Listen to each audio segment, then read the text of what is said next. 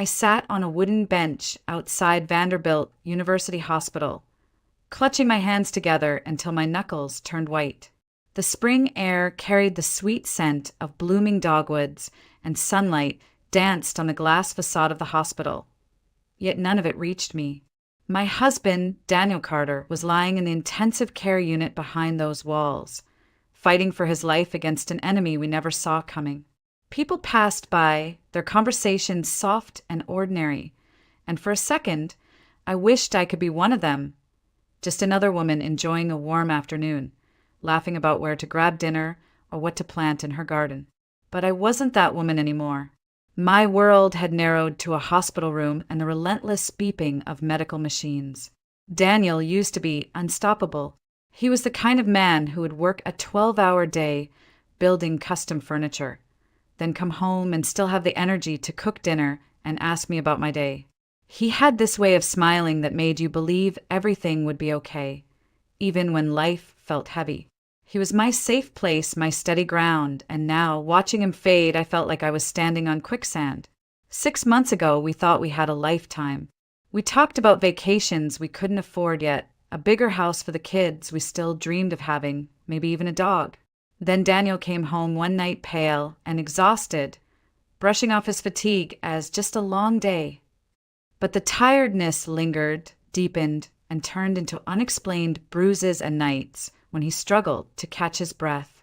The doctors said words that didn't seem real: autoimmune aplastic anemia. His own body was destroying his bone marrow, shutting down the very factory that made his blood. Without a stem cell transplant, they said, there was little hope. I tried to be strong in front of him, holding his hand and whispering, "We'll get through this." But every night I cried alone in the bathroom, my sobs muffled by a towel. Because I knew something Daniel didn't. He didn't have family. He had grown up in foster care, never knowing his parents, never even knowing if he had brothers or sisters. And without close relatives, the odds of finding a donor match were almost impossible. We had joined the National Registry, but the doctors were honest. The wait could take months, maybe years, and Daniel didn't have that kind of time. Earlier today, when his doctor pulled me aside, his words gutted me. "Emily, we are running out of options. If we don't find a compatible donor soon," he didn't finish the sentence. He didn't have to. I knew what he meant. I sat there, tears streaming down my cheeks, feeling utterly useless. I was a nurse. I spent my life helping others heal, yet I couldn't heal the man I loved most.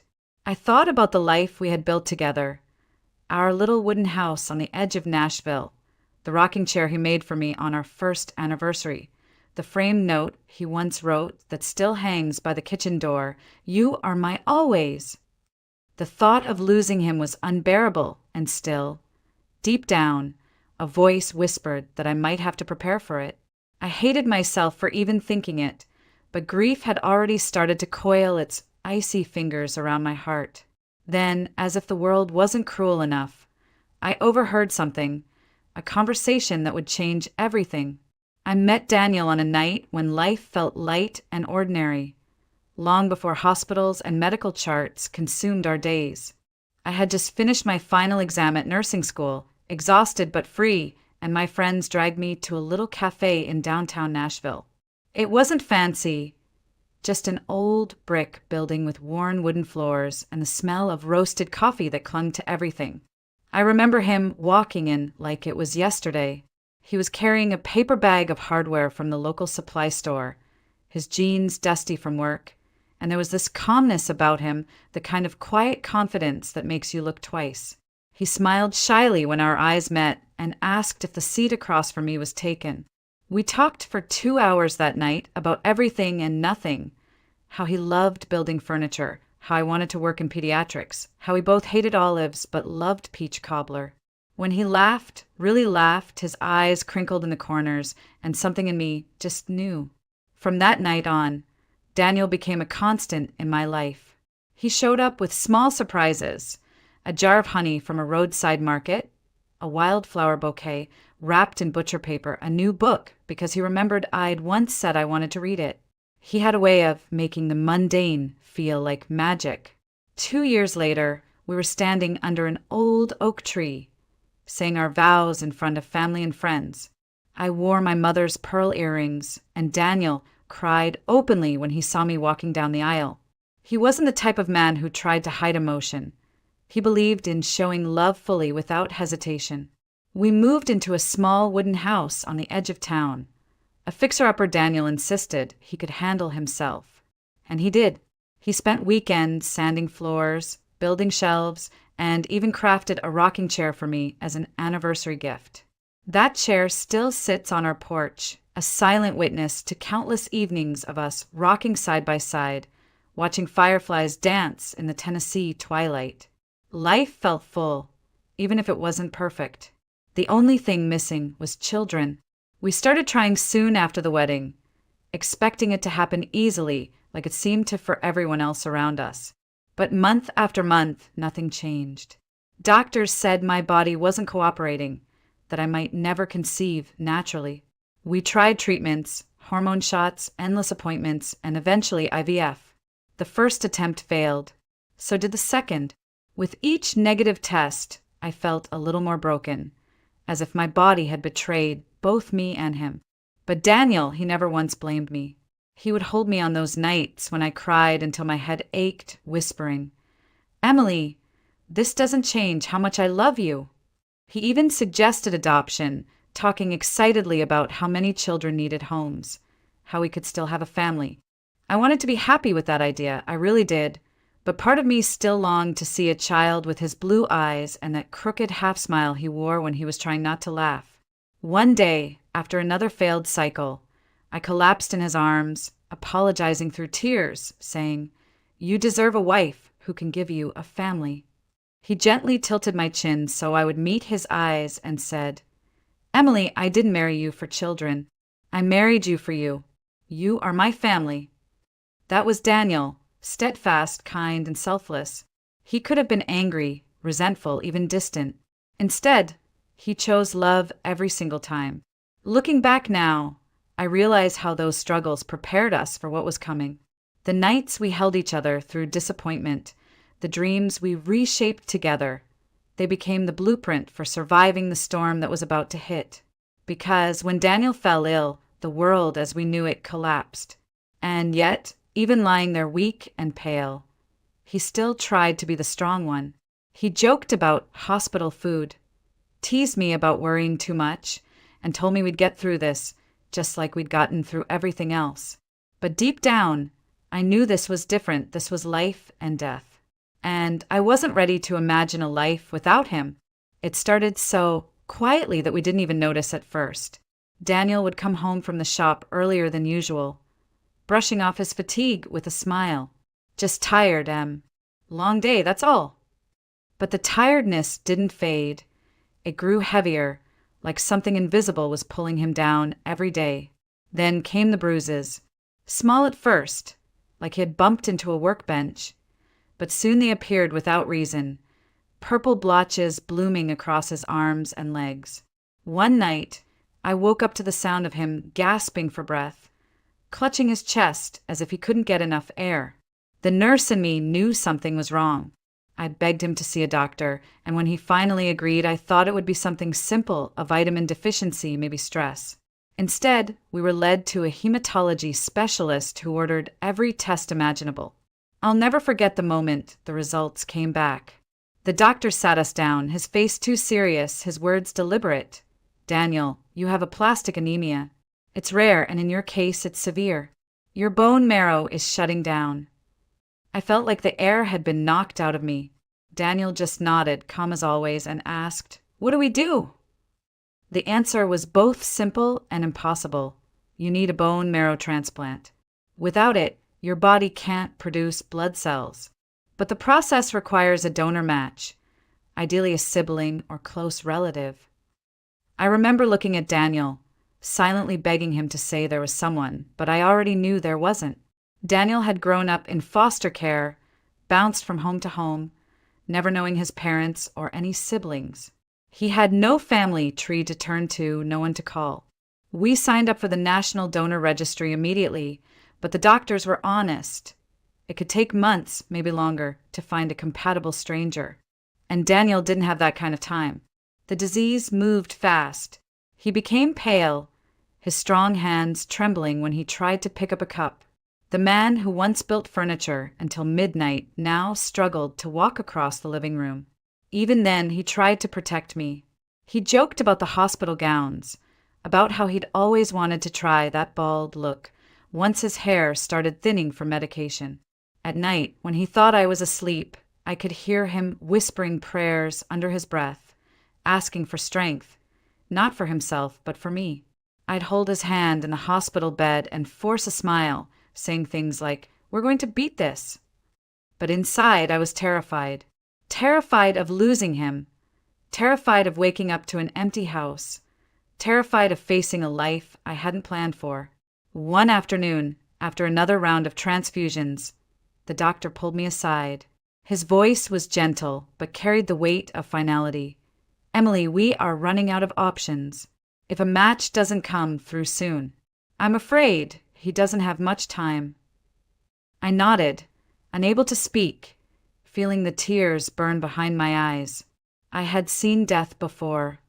Working as a nurse, you face it more often than most people. But nothing prepared me for the thought of losing Daniel. I walked outside into the hospital courtyard, desperate for air, desperate for anything that could steady me. That's when I heard it. 2 hospital employees were on break nearby, talking casually, unaware I could hear them. "You know that guy in ICU? Carter? He looks just like this guy who lives out in Pine Hollow." I swear, it's like looking at the same person.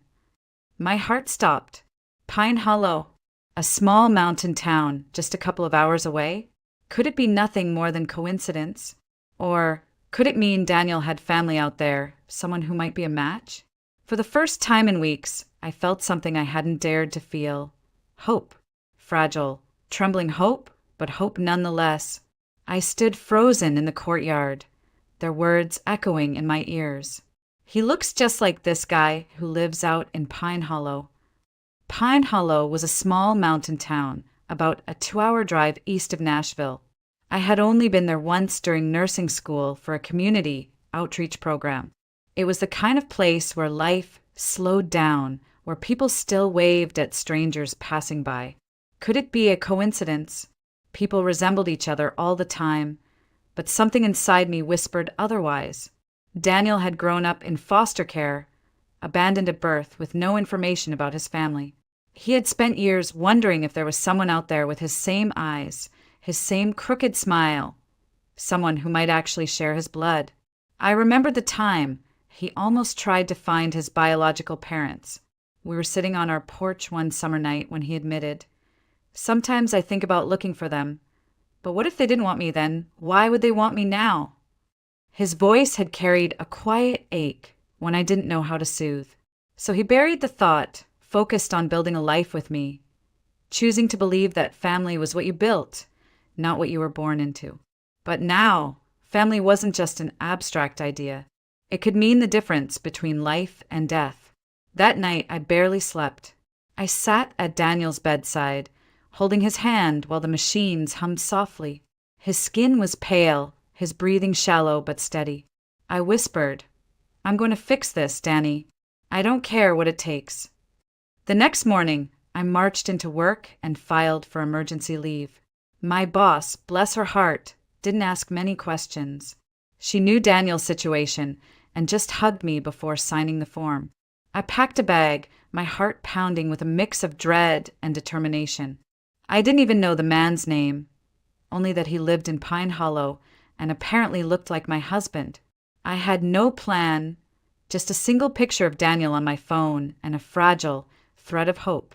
Before leaving, I went to Daniel's room. He was awake, smiling faintly when he saw me.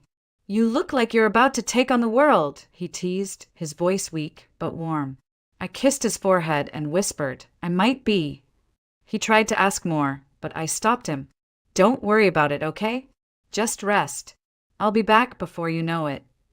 I wanted to tell him everything, about Pine Hollow, about the man who might be his family, but I couldn't risk giving him hope only to break it if it turned out to be nothing. The drive out of Nashville felt surreal. The highway gave way to winding country roads, fields of early spring wildflowers, and eventually the rolling hills of Pine Hollow. As I crossed the old wooden bridge leading into town, I whispered a silent prayer. Please let this be real. Let there be someone out there who can save him. I parked near a small general store and stepped out, clutching my phone tightly. The people here moved at a different pace, farmers loading feed sacks, an elderly woman sweeping her porch, kids riding bicycles on dusty streets.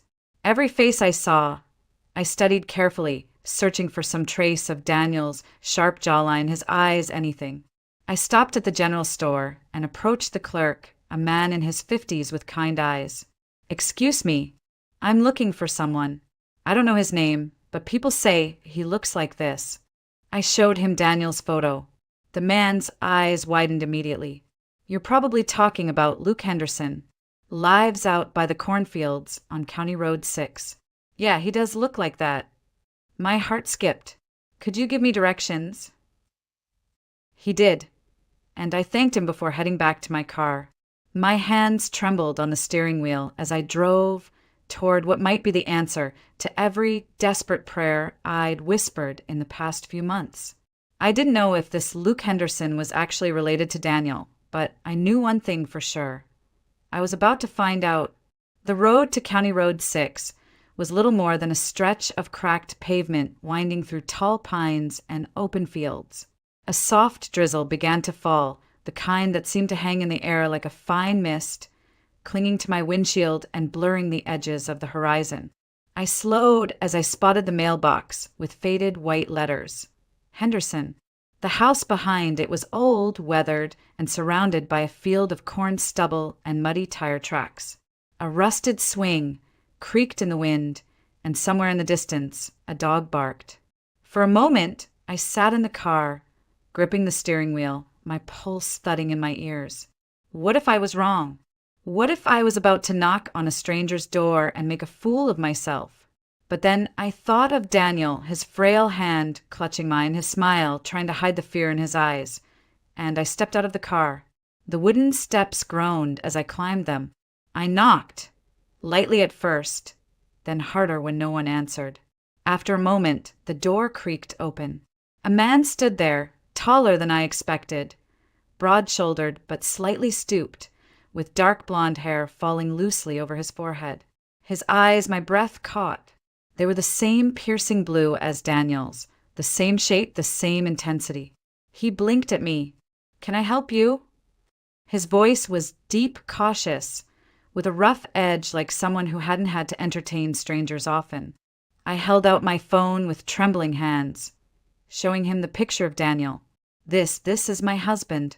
His name is Daniel Carter. People said you look like him. The man frowned, staring at the screen for what felt like forever.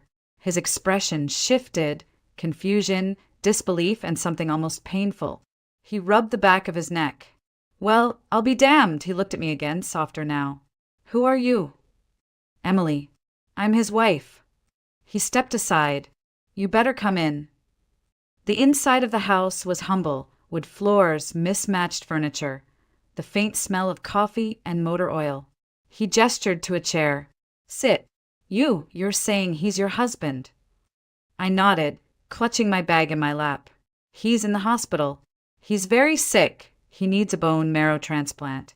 They said he has no family, but then I heard about you and my voice broke. I had to come. The man, Luke Henderson, as I quickly learned, sat opposite me, leaning forward, elbows on his knees. He looked at the photo again, shaking his head slowly. I think he might be my brother. Those words hit me so hard I almost couldn't breathe. Your brother. Luke nodded. Our mom, she wasn't much of one, to be honest. She had a lot of kids, most with different fathers. When I was little, she had another baby, a boy. She said she wasn't keeping him, signed papers at the hospital and left him there. I was too young to do anything, but I never forgot. Always wondered what happened to him. He rubbed his face with both hands, his voice cracking. I didn't even know his name until now. My eyes blurred with tears. Daniel's been looking for family his whole life. He thought he was completely alone. Luke's jaw tightened, and he stood abruptly. I'll do it. The transplant. I don't even need to think about it. You do that. He's my brother. If there's a chance I can help him live, of course I will. He walked into the kitchen and returned with his truck keys. When do we go? For a second, I just stared at him, stunned by how quickly he'd made the decision. In my head, I had imagined convincing him, explaining the situation, maybe even begging, but there was none of that. It was like he had been waiting for this moment without even knowing it. We left Pine Hollow that evening, the rain now heavier, streaking the windshield as Luke drove behind me in his old pickup truck.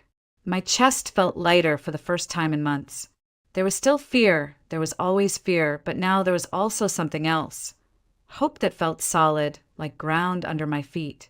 When we arrived at Vanderbilt University Hospital, I led Luke through the sterile white halls to Daniel's room.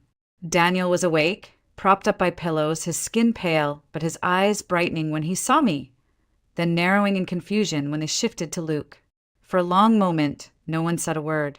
Daniel's mouth opened slightly, like he was staring at a ghost. Luke stepped forward, emotion thick in his voice. I think I'm your brother. Daniel blinked, tears welling instantly. My brother. I stood there, watching two men, strangers a day ago, brothers by blood, lock eyes as if recognizing something only they could feel. Daniel reached out a shaking hand, and Luke took it firmly. We'll talk later, Luke said softly, but right now I'm here to save your life. Luke's test results came back faster than I expected. The doctors wanted to expedite everything because Daniel's condition was deteriorating quickly. When the hematologist stepped into the waiting room with that soft, relieved smile, my knees nearly gave out. He's a strong match, she said. One of the best we've seen in a while. I turned to Luke, tears brimming in my eyes. Did you hear that? You're a match. You can save him. Luke's expression wavered between shock and determination. Then let's do it. When do we start? That night, Daniel and Luke finally had time to sit together. I stayed just outside the doorway for the first few minutes, giving them privacy, but I could still hear their voices. Low, emotional, hesitant at first, then warmer as minutes passed. Daniel's voice broke as he said, I used to dream about having a brother. I thought it was stupid, like dreaming about a house you'll never live in. But here you are, real. Luke chuckled, quietly, though his voice was thick. Guess life had other plans, huh? I'm sorry I wasn't there, Danny. I didn't even know. You don't have to be sorry, Daniel said, gripping Luke's hand with surprising strength for someone so weak. You're here now. That's all that matters. When I stepped back into the room, Daniel looked at me with damp eyes and whispered, I have a brother, Em. I'm not alone. I kissed his forehead and smiled, whispering back, You never were. The procedure was scheduled for the next morning. I barely slept, my mind racing through every possible outcome. Luke was calm, even joking with the nurses as they prepped him for the donation. Never thought I'd be giving my bone marrow to a guy I met yesterday, he teased, then looked at Daniel and added softly, But I'm glad it's him. The hours crawled by, but eventually it was done. The transplant went smoothly, and Daniel was moved to a recovery room while the new stem cells began their life-saving work. I sat by his bed, holding his hand, feeling the warmth return to his skin. For the first time in months, his face had a hint of color. Luke came in later, looking tired but content, and Daniel reached out weakly to clasp his brother's arm. You just gave me a second chance, he whispered. Luke smiled and said, Guess we're even now. You gave me family. I couldn't stop the tears this time. For months, I had carried so much fear, so much loneliness, but now, sitting there between these two men who had found each other against all odds, I felt something I hadn't dared to feel in so long, peace. Outside the window, Nashville's skyline shimmered under the late evening lights, and I thought about how quickly life could shift, from despair to hope, from loss to gain, sometimes in just a matter of days. For the first time in months, I allowed myself to breathe deeply and believe that Daniel might actually survive, and that we had been given a gift far greater than we had asked for. The days following the transplant felt like stepping into a new world, one where hope finally outweighed fear. Daniel's body responded well to the transplant. Each morning, I'd watch for the tiniest signs: a bit more color in his cheeks, a steadier tone to his voice, a stronger grip when he held my hand. Luke stayed nearby, sleeping on an old pull-out chair in the waiting area when the hospital rules didn't allow him to stay in Daniel's room overnight.